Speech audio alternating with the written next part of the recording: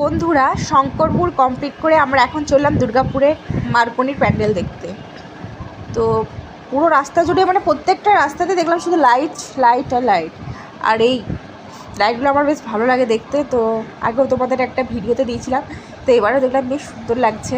কোনোটা হয়তো পার্পেল, কোনোটা হয়তো এইভাবে গোল্ডেন, বিভিন্ন রকম রঙের করা রয়েছে। আর এই হাতিটা কিন্তু বেশ লাগলো আমার, দুদিকে দুটো হাতি ছিল, তাই না? আর ওই স্ট্যাচুটা বরাবরই থাকে, তো সেটাকেই লাইট দিয়ে ডেকোরেশন করা হয়েছে আর কি। আর এই হচ্ছে মার্কনির প্যান্ডেল, এখান থেকে স্টার্ট।